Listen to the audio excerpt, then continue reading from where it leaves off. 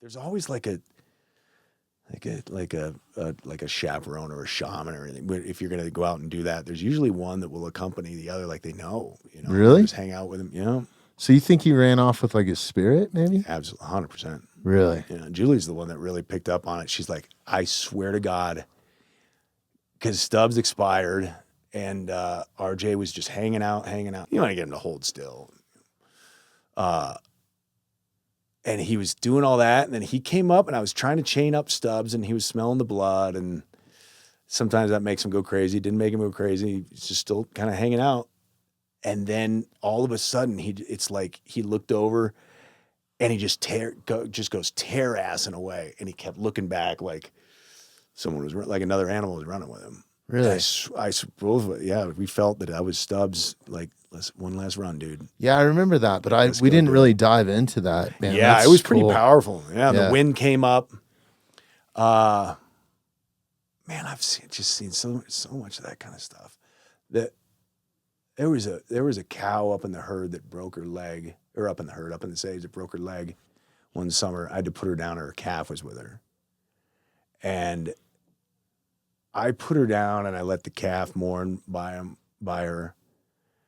And then I was like, boy, you got to go. Like the herd was hell and gone down the hill. And I walked up and I'm like, she's gone, boy. You got to go join your mom. And he wouldn't leave. And then this wind came up, like just a huge gust came up, and it's almost like it let him know that it was time to let his mom go because he ran with the wind. It's like, really? Like it almost picked him up and carried him. As soon as it hit me, he's just like, don't, and he just rode the wind down to the herd. Wow. It was kicking up like one of those dust devils. Yeah, like a little micro. It was like his mom's spirit was like, you can go now, boy. Wow. Yeah. That's crazy, man. Yeah. I get super spiritual like that. I guess even when I'm bow hunting and just being out there, like there's been times where, like one vivid memory, kind of like your porcupine story, is I'm sitting on this wallow and the elk had been in and out of there all day and I can hear cows calling. I was like, okay, I'm just going to sit here till dark instead of like trying to push them out of here. They got to come into water, or one of these bulls has got to come in. Mm. And you know those little ground burrowing owls? They're tiny, right? But this little dude just came in. And, it's like the size of this light, and literally sat like from here to the bison school, just looking at me like for an hour and a half. Like, can I eat him? Pretty sure I could eat him, just waiting for me to die or something, and he's just looking right through me. It reminded me of, Looney Tunes, the little chicken hawk. Like he was just like kind of just like this little prick, but just hung out with me. It's a compliment. And then I get up and start walking out in the dark. And he's following me. Follows you. Oh. Yeah. It's the ultimate compliment. It's weird, man. I felt like that spiritual type thing for a minute there. They know it's part of the animal universe. I'm not quite sure, but it still goes back to energy. They can pick up on it. I think people forget that we're a part of that, though. We are. Yeah. I don't know if they forget as much as they close themselves off to it by their behavior. You know what I mean? They're just they're not open to it, and the animals pick up on it and they move on. Yeah.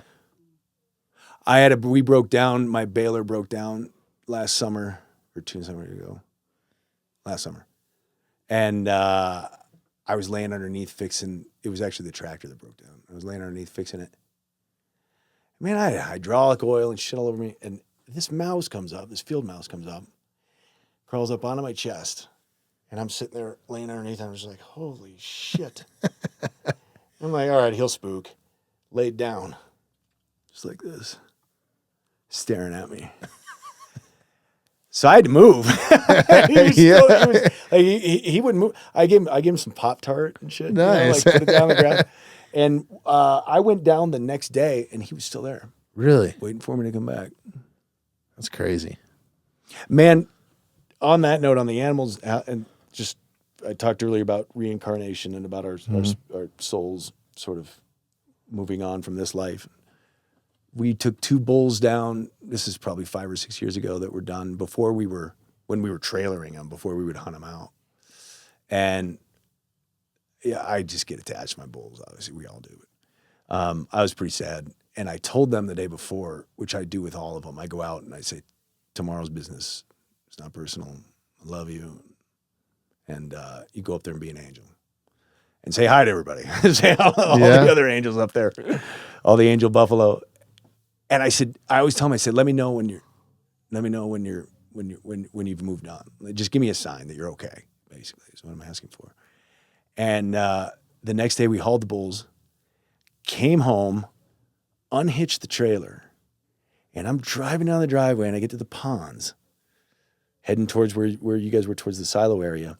I swear to God, dude, 2 bald eagles buzzed my truck, and it was so close I could see the eye of the eagle made contact with me through the windshield. Really? Bald. 2 of them. 2 bulls. I said, let me know you're okay. They may as well landed on my windshield. Wow. That's pretty cool.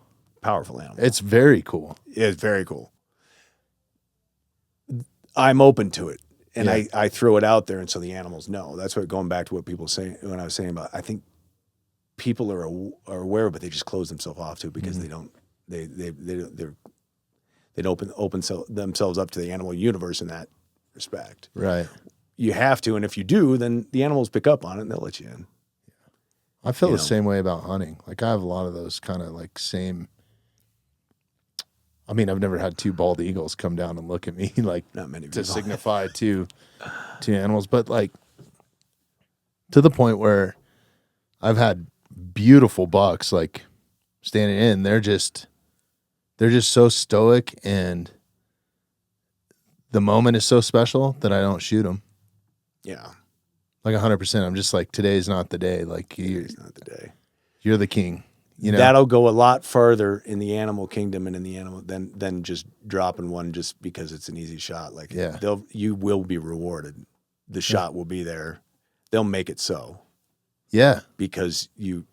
Well, it's like I'd already showed mercy. You showed a heart. You know, I already had a full freezer. Yeah, I was like, what? You know. And it's all about the meat for me, but it's just like the moment he was rutting. You know, he didn't care about anything else but that doe at the moment that he was with. It was quiet. You could hear a pin drop where I was at. Mm-hmm. It was real foggy. You know, I think late October, something like that. Just when we get those gnarly fogs in the mountains, and it was just a special moment where they were just letting me like be a part of it, right? Mm-hmm. Yeah, you're in their world now. Yeah, yeah, and he knew I was there. You know, like there was times when he looked over at me, like I swear he was telling me, like, really, like, right. What was he looking? Was there any tension in his body? Was there anything behaviorally that you totally calm? He wasn't stressed. No, like not looking at me as a threat, not looking at me as like just no emotion. And normally with animals, you know, like you said, with that antelope, that experience that you had, that pronghorn, that just some of them are different. Some of them are different. And this guy was beautiful, man. Like chocolate antlers, ivory white tips, which is pretty unusual on a mule deer, and perfectly symmetrical, huge body, just a stud. And he's, you know, probably 6, 7, 8 years in his life, you know, like he's got a few more good years. Healthy. I wonder how many hunters would have passed him up. You know what I mean? I think that maybe a lot of people don't get the opportunities that I do. Right. You know, and I think people do it. I think people don't get the opportunities to do it for the length of the amount of time for me. Because for me, part of it is the journey. That's why I go do the bison stuff. You know, it's like I'm not getting anything out of it bloodthirst wise, or like that's not why I'm there. I'm there to test myself, get some clean meat, have a human connection, because we had a little tribe up there with Stubbs, for sure. For sure. Even with the first one that I did on your guys' ranch, that connection that I have with Devin and John and Donnie and you and Jules, it's like, it's just a forever friendship now. Yeah. I feel like. Don't you wish that more people could experience that? I think if everybody could experience that, we'd be a much better world. Yeah, we'd just be